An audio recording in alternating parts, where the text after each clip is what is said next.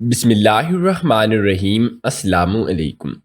اماں جب بھی کوئی چیز پکاتی تو مجھے پلیٹ بھر کر دیتی اور کہتی کہ پڑوس کے گھر میں دے آؤ۔ پڑوس میں ایک آدمی رہتا تھا، وہ آدمی مجھے پلیٹ میں ایک پرچی دیتا اور کہتا اپنی ماں کو دے دینا۔ اماں اس پرچی کو کھولے بغیر ہی آگ لگا دیتی، تو اماں کی اس حرکت پر حیران تھا۔ ایک دن اس آدمی نے جب پرچی دی تو میں نے گلی میں کھڑے ہو کر کھول کر دیکھی تو میرے جسم سے روح نکل گئی۔ اس میں لکھا تھا، ہمارے پڑوس میں ایک مکان کافی عرصہ سے کرائے کے لیے خالی پڑا تھا، جو 2 روز پہلے کرائے پر چڑھ گیا تھا۔ وہ مکان ایک آدمی نے کرائے پر لیا تھا۔ اس آدمی کی عمر 50 سال کے لگ بھگ تھی۔ وہ لمبے قد اور صحت مند جسم کا مالک تھا۔ اس کا سر درمیان سے گنجا تھا۔ وہ سارا دن گھر پر ہی رہتا تھا، شاید اس کی بیوی بچے نہیں تھے، اور وہ کام کیا کرتا تھا یہ بھی کسی کو معلوم نہیں تھا۔ میں نے کبھی اس محلے والوں سے ملتے نہیں دیکھا تھا۔ میرا نام ایاز ہے اور میری عمر 14 سال تھی۔ ہم 2 بھائی اور ایک بہن تھے۔ نعمان بھائی مجھ سے بڑا اور بہن مجھ سے چھوٹی تھی۔ بڑے بھائی نعمان نے بھی میٹرک کرنے کے بعد ایک فیکٹری میں گیٹ کیپر کی نوکری کر لی تھی۔ نعمان بھائی کی نوکری کرنے سے پہلے اماں ایک بنگلے پر کام کرتی تھی اور جو تنخواہ ملتی تھی وہ اسی سے گھر کے اخراجات پورے کرتی تھی۔ ہمارا باپ نہیں تھا اور نہ ہی ہم بہن بھائیوں میں سے کسی نے اس کی شکل دیکھی تھی۔ ہم اماں سے اپنے باپ کے بارے میں پوچھتے تو وہ یہی کہہ دیتی کہ تمہارے باپ مر چکا ہے اور اسے مرے 10 سال ہو گئے ہیں، اور ہمیں حیرت ہوتی کہ اماں کے پاس ہمارے ابا کی تصویر بھی نہیں تھی۔ میں نے اماں سے ابا کی تصویر کے حوالے سے پوچھا تھا۔ اماں نے بتایا تھا کہ تمہارے ابا کی میرے پاس جتنی بھی تصویریں تھیں وہ سب گم ہو گئی ہیں۔ ہمارا تعلق مڈل کلاس گھرانے سے تھا۔ ہمارا گھر اپنا تھا، اس لیے ہم کرائے سے بچے ہوئے تھے۔ ہم جس محلے میں رہتے تھے وہاں رہتے ہوئے ہمیں 20 سال ہو گئے تھے۔ ہمارے کسی قریبی رشتہ دار کے پاس بھی ہمارے ابا کی تصویر نہیں تھی۔ نعمان بھائی صبح 8:30 بجے جاتا اور شام کو 6 بجے فیکٹری سے واپس آتا تھا۔ وہ پرائیویٹ پڑھ رہا تھا۔ فیکٹری سے آنے کے بعد وہ تھوڑی دیر ریسٹ کرتا اور پھر پڑھنے بیٹھ جاتا تھا۔ اسے پڑھنے کا شوق تھا۔ وہ کہتا تھا کہ وہ پڑھ لکھ کر بڑا آدمی بنے گا۔ ہم بھی اس کے لیے دعا گو رہتے تھے۔ ہمارے پڑوس میں جو نیا کرایہ دار آیا تھا اس کے بارے میں پورے محلے میں خبر پھیل چکی تھی۔ جب وہ مغرب کی نماز پڑھنے گئے تھے تو میں نے بھی انہیں دیکھا تھا۔ انہوں نے اپنا نام احسان صدیقی بتایا تھا۔ وہ کافی خوش مزاج انسان تھا، لوگوں میں گل مل گئے تھے، اور میں نے جب گھر آ کر اماں کو بتایا، اماں نے کوئی خاص رد عمل نہیں دیا تھا۔ حالانکہ اس کرایہ دار سے پہلے جو لوگ آ کر رہ رہے تھے، اماں کی ان کے ساتھ اچھی خاصی سلام دعا ہو گئی تھی۔ یہ مرد تھا اور اسی لیے اماں نے خاموشی اختیار کر رکھی تھی۔ ایک دن اماں نے حلوہ بنایا اور پلیٹ بھر کر مجھے دی کہ جاؤ یہ ساتھ والے پڑوس میں دے آؤ۔ میں پلیٹ لے کر پڑوس میں چلا گیا۔ دروازہ بجانے پر اسی آدمی نے دروازہ کھولا تو میں نے اسے سلام کرتے ہوئے کہا کہ انکل، میری اماں نے حلوہ پکایا ہے تو آپ کے لیے بھی بھیجا ہے۔ آدمی نے پلیٹ مجھ سے لے لی اور جاتے وقت مجھے بھی اندر آنے کا کہا۔ میں اندر چلا گیا۔ اس آدمی نے حلوے ایک پلیٹ میں ڈال لیا اور خالی پلیٹ مجھے دیتے ہوئے پوچھا، بیٹا آپ کا نام کیا ہے اور کیا کرتے ہو؟ میں نے بتایا کہ میرا نام ایاز ہے اور میں 6ٹی کلاس میں پڑھتا ہوں۔ اس آدمی نے مجھے چارپائی پر بٹھایا اور کہا کہ بیٹھو، میں ابھی آتا ہوں۔ وہ آدمی اندر گیا اور تھوڑی دیر کے بعد وہ آیا تو اس کے ہاتھ میں ایک پرچی تھی۔ اس نے وہ پرچی مجھے دی اور کہا کہ بیٹا یہ پرچی اپنی اماں کو دے دینا۔ جیسے ہی اس نے کہا کہ میں نے ویسا ہی کیا اور میں نے گھر جا کر وہ پرچی اماں کے حوالے کر دی۔ وہ کیا ہے؟ اماں نے پوچھا تو میں نے بتایا کہ اس آدمی نے دی ہے۔ اماں چند لمحے پرچی کو دیکھتی رہی اور پھر اس نے اسے چولہے میں ڈال دیا۔ پرچی جل کر راکھ ہو گئی تھی۔ مجھے حیرت ہوئی کہ اماں نے پرچی پڑھے بغیر ہی کیوں چولہے میں آگ کی زد میں کر دی۔ جیسے جیسے دن گزر رہے یہ بات بھی میں بھول گیا۔ اس آدمی سے میری ہر روز مسجد میں ملاقات ہوتی تھی۔ وہ مجھ سے بڑے شفقت سے پیش آتا تھا۔ بیٹا بیٹا کہتے تو اس کی زبان نہیں تھکتی تھی۔ اسی آدمی نے مجھ سے میرے مستقبل کے بارے میں پوچھا۔ اس نے یہ بھی پوچھا تھا کہ تم کتنے بہن بھائی ہو؟ میں نے اسے بتایا کہ ہم 2 بھائی اور ہماری ایک چھوٹی بہن ہے۔ بھائی میٹرک کرنے کے بعد فیکٹری میں ملازمت کرتا ہے، وغیرہ وغیرہ۔ میں اپنے دوستوں کے ساتھ جمعے کے جمعے محلے میں کرکٹ بھی کھیلتا ہوں، اور ایک جمعہ میں دوستوں کے ساتھ کرکٹ کھیل رہا تھا کہ وہ آدمی آ گیا۔ اس نے کہا کہ میں بھی کرکٹ کھیلنا چاہتا ہوں، کیا تم لوگ مجھے بھی کرکٹ کھلاؤ گے؟ کچھ لڑکے تو راضی ہو گئے لیکن کچھ راضی نہیں ہوئے۔ بہرحال انہوں نے ہمارے ساتھ کرکٹ کھیلی، پھر وہ چلے گئے۔ اماں اب ہر تیسرے چوتھے دن کچھ نہ کچھ بناتی ہی رہتی تھی، اور وہ جب بھی بناتی تو پلیٹ بھر کر پڑوسی کے لیے ضرور بھجواتی تھی، اور جواب میں پڑوسی پرچی دے دیتا تھا کہ جا کر اپنی ماں کو دے دینا۔ میں پرچی اماں کو جا کر دیتا تو وہ پڑھے بغیر ہی چولہے میں پھینک دیتی تھی۔ ایسا نہیں تھا کہ میری اماں پڑھنا لکھنا نہیں جانتی تھی، میری اماں مڈل پاس تھی۔ وہ بتاتی تھی کہ مجھے آگے پڑھنے کا بہت شوق تھا، لیکن میری اماں بیمار ہو گئی تھی، اسی لیے اس کی دیکھ بھال کے لیے میں نے پڑھائی چھوڑ دی تھی۔ پھر 4 سال بعد میری شادی ہو گئی تھی، اور بھائیوں میں 2 سال کا وقفہ تھا۔ میری چھوٹی بہن کی شکل اماں سے بہت ملتی تھی، تو جو بھی دیکھتا تھا وہ یہی کہتا تھا کہ روبینہ اپنی ماں پر گئی ہے۔ ہماری اماں اب بھی جوان ہی تھی، اور اس کی عمر 40 سال کے قریب تھی، لیکن اس عمر میں بھی وہ جوان اور خوبصورت دکھتی تھی۔ ابا کے مرنے کے بعد اماں نے دوسری شادی نہیں کی تھی۔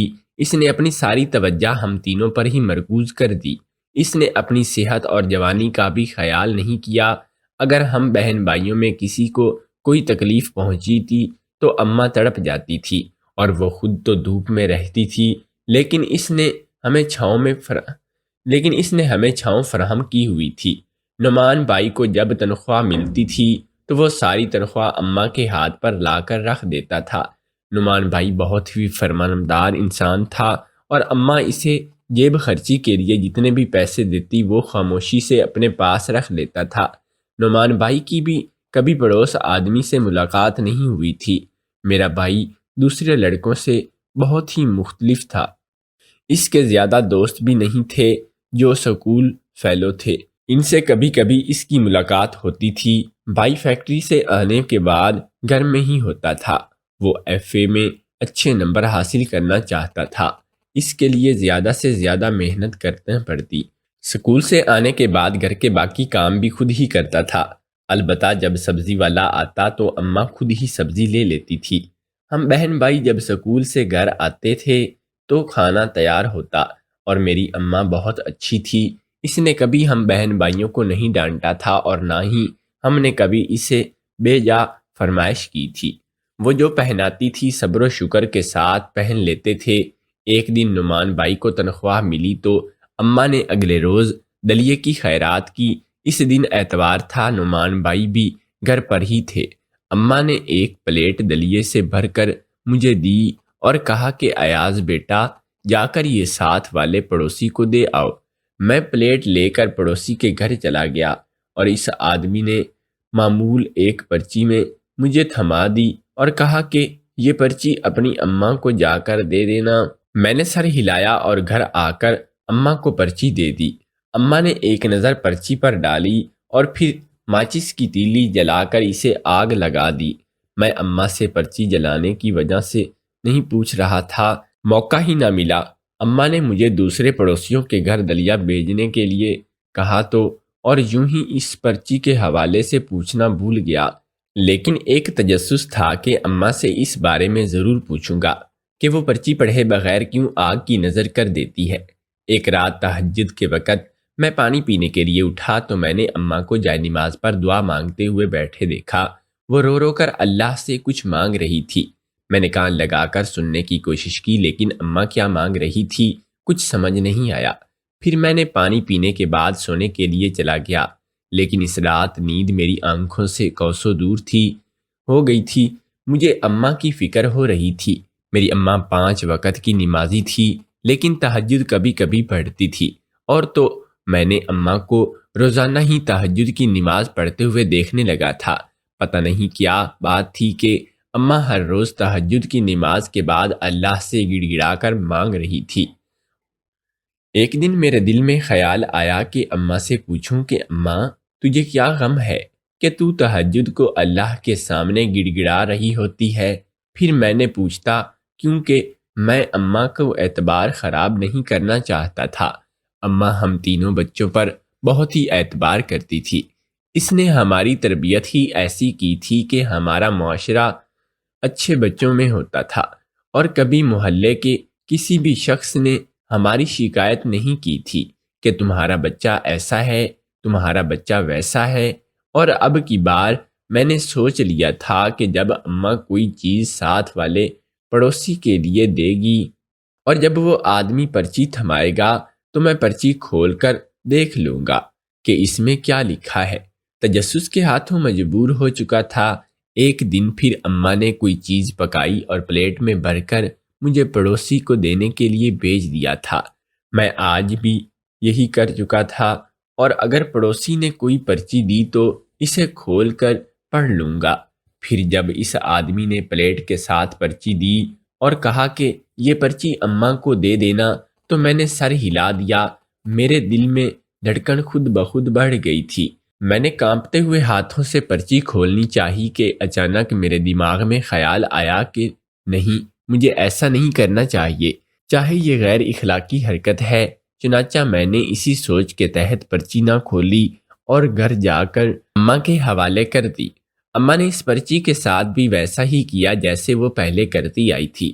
میں کبھی کبھی سوچتا تھا کہ وہ آدمی امی کو ہر چیز میں کیا لکھتا تھا کہ اماں نے بھی اسے کبھی پرچی دینے پر برا نہیں مانا تھا اور نہ ہی مجھے پرچی لینے سے منع کیا تھا۔ حالانکہ جب بھی پہلی بار پڑوسی نے پرچی دی تھی تو اماں مجھے روک سکتی تھی کہ ایاز بیٹا، اگر وہ آدمی دوبارہ پرچی دے تو اس سے مت لینا۔ مجھے تو دال میں کچھ کالا ہی نظر آ رہا تھا، چونکہ مجھے جاسوسی کہانیاں پڑھنے کا شوق تھا، اسی لیے میرے اندر شاید تجسس کا مادہ زیادہ تھا۔ ایک دن میں نے ہمت کر کے اماں سے پرچی نہ پڑھنے کی وجہ سے پوچھی تو میرا پوچھنا تھا کہ اماں کو غصہ آ گیا۔ کہنے لگی کہ ایاز، تمہیں اس سے کوئی مطلب نہیں ہونا چاہیے کہ میں پرچی کیوں نہیں پڑھتی ہوں، اور خبردار جو آئندہ منہ سے ایسی بات مت نکالنا۔ تم میرے بیٹے ہو اور مجھ سے کوئی سوال نہیں پوچھ سکتے۔ اماں کی ڈانٹ پر میں گھبرا گیا۔ میں نے اماں سے وعدہ کر لیا کہ آئندہ کبھی بھی نہیں پوچھوں گا، لیکن اس بار میں نے پکا ارادہ کر لیا تھا کہ کچھ بھی ہو جائے میں اس آدمی کی دی ہوئی پرچی کھول کر ضرور پڑھوں گا، تاکہ میں اس معاملے کی تہہ تک پہنچ سکوں۔ اور اگر وہ آدمی پرچیاں لکھ لکھ کر میری اماں کو تنگ کر رہا تھا تو پھر میں محلے کے لوگوں سے بات کروں گا۔ اب مجھے اس دن کا شدت سے انتظار تھا جب اماں کوئی چیز بنائے گی اور اس پڑوسی کو بھجوائے گی۔ دن گزرتے رہے لیکن اماں کوئی چیز ہی نہ بنا رہی تھی۔ اگر بناتی بھی تھی تو وہ پڑوسی کے لیے نہیں بھجواتی تھی۔ شاید اماں کو میرے ارادوں پر شک ہو گیا تھا۔ یہاں تک کہ ایک مہینہ گزر گیا تھا، ہمارا پڑوسی واقعی کوئی کام نہیں کرتا تھا، وہ سارا دن گھر میں ہی پڑا رہتا تھا۔ محلے کے ایک آدمی نے ان سے پوچھا تھا کہ کیا آپ کے بیوی بچے نہیں ہیں؟ تو بیوی بچوں کا سن کر وہ افسردہ ہو گئے تو ٹھنڈی سانس بھرتے ہوئے کہنے لگا کہ جی، میرے بیوی بچے تو ہیں لیکن وہ مجھ سے دور ہے۔ محلے کے آدمی نے پوچھا تھا کہ وہ آپ سے کیوں دور ہے؟ کیا وہ دوسرے شہر میں رہتے ہیں؟ تو پڑوسی خاموش ہو گئے اور کچھ کہے بغیر مجھ سے ایک نظر ڈال کر چلے گئے۔ مجھے ان کی بات بڑی عجیب لگی تھی۔ گھر آ کر میں نے اماں سے ذکر کیا تو اماں نے مجھے ڈانٹ دیا، ایاز، کیا تم میں شرم و حیا بھی ہے؟ کیوں چھپ چھپ کر دوسروں کی باتیں سنتے ہو؟ کیا میں نے تمہاری تربیت ایسی کی ہے؟ مجھے شرمندگی ہوئی اور میں نے وضاحت کی کہ اماں، میں تو ایک سائیڈ پر بیٹھا تھا، محلے والے پڑوسی سے باتیں کر رہے تھے تو میں نے بھی سن لیا۔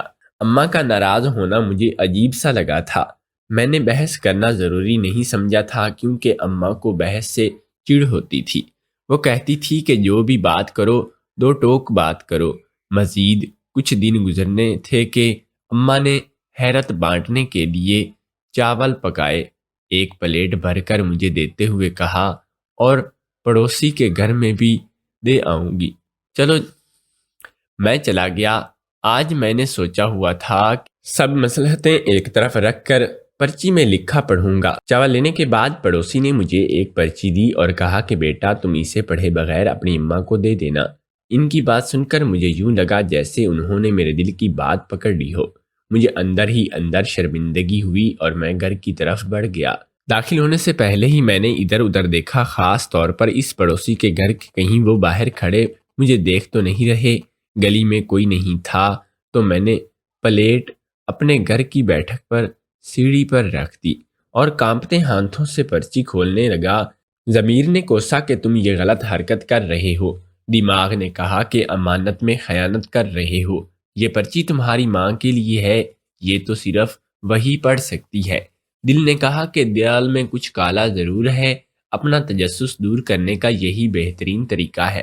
پرچی پڑھ کر کچھ بھی نہیں ہوگا۔ چنانچہ میں نے دل کی بات مانتے ہوئے پرچی کھول لی اور اس میں بال پین سے کچھ لکھا ہوا تھا۔ پرچی الٹی تھی، اسی لیے میں نے اس سے سیدھا کیا اور پڑھنے لگا۔ جوں جوں میں پڑھتا گیا جسم سے گویا روح نکل گئی۔ اس پرچی میں صرف ایک ہی لائن لکھی ہوئی تھی، پلیز فرحت مجھے معاف کر دو۔ فرحت میری اماں کا نام تھا۔ ایک تجسس تو ختم ہو گیا تھا، لیکن دوسرا تجسس جنم لے چکا تھا کہ وہ آدمی کون تھا اور اس کا میری ماں سے کیا رشتہ تھا۔ اس سے معافی مانگ رہا تھا۔ میں اس نتیجے پر پہنچا تھا کہ وہ آدمی کے لیے جو پرچیاں دیتا تھا ان میں بھی معافی ہی لکھتا تھا، لیکن سوال یہ تھا کہ وہ اماں سے کسی بات پر معافی مانگ رہا تھا۔ میں نے پرچی ویسی تہہ میں پلیٹ میں رکھی، اٹھا کر گھر چلا گیا اور اماں میری ہی منتظر تھی۔ کہنے لگی کہ اتنی دیر کیوں لگا دی، کیا اس آدمی نے گھر میں بٹھا لیا تھا؟ میں نے گڑبڑاتے ہوئے کہا کہ نہیں اماں، ایک ایسی کوئی بات نہیں ہے، انہوں نے آپ کے لیے یہ پرچی پوری کر دی ہے۔ اماں نے غصے سے پرچی لے کر آگ میں پھینک دی اور دوسری پلیٹ بھر کر دوسرے پڑوسی کے گھر میں چاول دے آنے کا کہا۔ میری سمجھ میں کچھ نہیں آ رہا تھا، میرا دماغ الجھ چکا تھا۔ اسی شام مغرب کے وقت میری اسی پڑوسی سے ملاقات ہوئی تو انہوں نے پوچھا، بیٹا کیا تم نے پرچی اپنی ماں کو دے دی ہی؟ کیا اس نے پڑھ لی تھی؟ میں نے کہا کہ نہیں انکل، اماں نے پرچی نہیں پڑھی تھی، بلکہ پڑھے بغیر ہی آگ میں پھینک دی تھی۔ آپ نے اماں کے لیے جتنی بھی پرچیاں دی تھیں، اماں نے ان میں سے ایک بھی نہیں پڑھی تھی۔ میری بات سن کر اس آدمی کے چہرے پر اداسی چھا گئی اور اس نے ایک ٹھنڈی سانس لی۔ میں نے جرات کا مظاہرہ کرتے ہوئے کہا، اس آدمی سے پوچھا، انکل آپ کون ہیں، میری اماں کو کیسے جانتے ہیں؟ اس آدمی نے دوبارہ ٹھنڈی سانس لی اور کہنے لگا کہ بیٹا یہ بات اگر تم اپنی ماں سے پوچھو تو زیادہ بہتر رہے گا، کہ میرے اندر اماں سے بھی بہت زیادہ بات کرنے کی ہمت نہیں تھی۔ اس لیے میں نے نعمان بھائی سے بات مدد لینے کا فیصلہ کیا۔ نعمان بھائی بھی فیکٹری میں آ چکا تھا اور اپنے گھر میں پڑھائی کر رہا تھا، جبکہ روبینہ اماں کے پاس بیٹھی ہوئی قرآن پاک پڑھ رہی تھی۔ میں نے نعمان بھائی کو ساری بات بتائی تو اس کے چہرے پر غصے کے تاثرات ابھر آئے۔ اس نے مجھ پر غصہ ہوتے ہوئے کہا کہ ایاز تمہیں شرم نہیں آتی تھی اس آدمی سے اماں کے لیے پرچی لیتے ہوئے؟ جب وہ پرچی دیتا تھا تو تم اس کے منہ پر مار دیتے۔ سوچو اگر یہ مصلحت محلے میں پتہ چل گئی ہوتی تو اماں کی کتنی بدنامی ہو گئی ہوتی، لوگ ہم پر تھو تھو کر دیں گے۔ نعمان بھائی ایک سمجھدار اور خوددار لڑکا تھا، اس سے یہ برداشت ہی نہ ہوا تھا کہ کوئی غیر آدمی ہماری ماں کو پرچیاں لکھ کر دے۔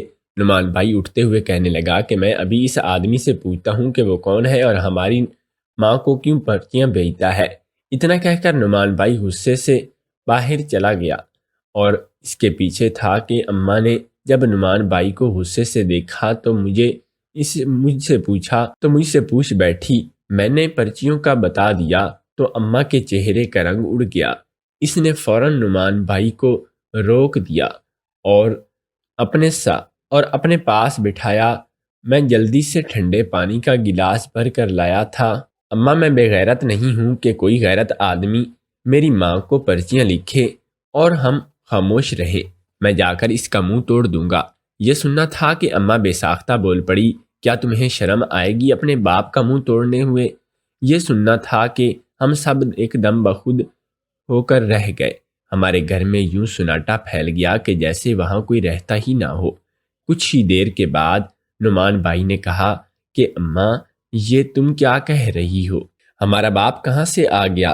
تم نے تو کہا تھا کہ ہمارا باپ مر چکا ہے اور اسے مرے ہوئے 10 سال ہو چکے ہیں، تو پھر یہ آدمی ہمارا باپ کیسے ہو سکتا ہے؟ اماں کی آنکھوں میں آنسو نکل آئے۔ اس نے ہم تینوں کو ایک جگہ پر بٹھایا اور دیکھنے لگی۔ ہاں بیٹا، تمہارا پڑوسی تمہارا سگا باپ ہے۔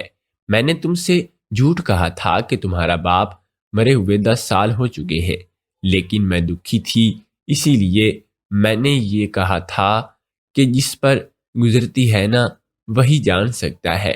بیٹا، یہ کہتے ہی اماں سسکیاں بھر کر رونے لگی اور ہمیں بے چینی ہوئی۔ ہم نے آج تک اماں کی آنکھوں میں آنسو نہیں دیکھے تھے۔ آج ہم پہلی بار اماں کو روتے ہوئے دیکھ کر رہے تھے کہ نعمان بھائی نے کہا کہ اماں، تم ہمیں ساری بات بتاؤ۔ اماں کے جب آنسو تھم گئے تو وہ کہنے لگی کہ میرے بچے، تم اس وقت 6 سال کے تھے، ایاز 4 سال کا اور روبینہ میری گود میں تھی جب تمہارا باپ ہمیں چھوڑ کر یہاں سے بے یار و مددگار چھوڑ کر چلا گیا تھا۔ تمہارے باپ کو دراصل دوسری عورت سے محبت ہو گئی تھی اور اس نے اس سے چوری چھپے شادی کر لی تھی۔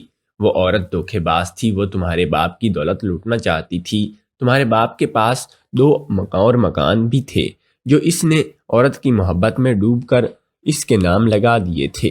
مجھے جب تمہارے باپ کی دوسری شادی کا پتہ چلا تو میں نے خوب واویلا مچایا اور تمہارے باپ نے غصے میں آ کر گھر سے نکال دیا تھا۔ جس گھر میں ہم رہ رہے ہیں یہ میرے ابا کا گھر تھا جو اس نے میرے نام کر دیا تھا۔ وہ عورت زیادہ دن تمہارے باپ کے ساتھ نہیں بسی تھی اور اس نے عدالت کے ذریعے طلاق لے لی تھی۔ تمہارے باپ کو بہت پچھتاوا ہوا تھا اور یہ ملک چھوڑ کر دبئی چلا گیا تھا۔ دبئی جانے کے بعد اس نے کبھی ہم سے رابطہ کرنے کی کوشش نہیں کی تھی اور نہ ہی نان و نفقہ بھیجا تھا، اور اب کچھ عرصہ پہلے ہی تو وہ دبئی سے واپس آ رہا تھا تو اس نے پڑوسی والا مکان کرائے پر لے لیا۔ وہ اب مجھ سے معافیاں مانگ رہا ہے، لیکن میرا دل اسے معاف کرنے کو نہیں چاہ رہا۔ اس نے مجھے دھوکہ دیا ہے۔ میرے بچے، ایسے شخص کو معاف کر دوں جس نے تمہارا حق اس دوسری عورت کی جولی میں ڈال دیا تھا؟ ہم نے کیسے کیسے دن کاٹے ہیں، کیا تم بھول گئے ہو؟ اتنا کہہ کر اماں ایک بار پھر رو پڑی اور ہم خاموشی سے سر جھکائے بیٹھے رہے۔ تبھی دروازے پر دستک ہوئی۔ میں نے جا کر دروازہ کھولا تو باہر میرا باپ کھڑا تھا۔ اس کے چہرے پر شرمندگی تھی اور شاید اس نے اماں کی باتیں سن لی تھی اور مجھے شرم آ رہی تھی کہ میرا باپ باہر کھڑا ہے۔ چنانچہ میں اسے اندر لے آیا اور اس سے پہلے کہ اماں اسے گھر سے نکال جانے کا کہتی، ابا نے اس کے سامنے ہاتھ جوڑ دیے، کہنے لگا کہ فرحت، میں تمہارا مجرم ہوں۔ میں نے تمہارے ساتھ بہت برا کیا ہے۔ میں ٹکرائے جانے کے قابل بھی نہیں ہوں کہ تمہاری محبت کی قدر نہیں کی۔ اگر تمہاری جگہ کوئی اور عورت ہوتی تو وہ بھی ایسا ہی کرتی، لیکن خدا کے لیے مجھے معاف کر دو۔ میں کینسر کا مریض ہوں۔ میں چاہتا ہوں کہ مرنے سے پہلے میں تم سے معافی مانگ لوں، اور اگر تم نے مجھے معاف نہیں کیا تو خدا بھی مجھے معاف نہیں کرے گا۔ یہ سننا تھا کہ اماں تڑپ کر اٹھی اور ابا کی طرف بڑھی۔ ابا سر جھکائے اور ہاتھ جوڑے لڑکھڑا رہے تھے۔ مجھے اس لمحے پر ابا بہت ہی ترس آیا تھا، لیکن ہم کیا کر سکتے تھے؟ جب تک اماں اسے معاف نہیں کر دے گی ہم کیسے کر سکتے ہیں؟ اماں جتنی سختی دکھائی دیتی تھی نا، دل میں اس سے کہیں زیادہ نرم تھی، اور اس نے ابا کے ہاتھ تھام لیے اور اسے معاف کر دیا۔ یہ سننا تھا کہ ابا نہ صرف خوش ہو گیا بلکہ اس نے ہم تینوں بچوں کو اپنے ساتھ چمٹا لیا، اور بھی ابا کو اتنے پیسوں کے بعد بھی پا کر بہت خوش تھے اور رو رہے تھے۔ اس دن کے بعد ابا ہمارے پاس آ گئے اور ہم ان کے ساتھ زندگی گزارنے لگے۔ ہمارے بزرگ بالکل ٹھیک کہتے ہیں کہ عورت کا چکر انسان کو برباد کر دیتا ہے، اور بیوی کے ہوتے ہوئے جب کوئی دوسری عورت سے عشق بازی کرتا ہے تو پھر اس کا نتیجہ بھی بہت بھیانک نکلتا ہے۔ اگر آپ کو ہماری کہانی پسند آئی ہو تو نئے آنے والے دوستوں سے گزارش ہے کہ ہمارے اس چینل کو سبسکرائب ضرور کر لیں۔ شکریہ۔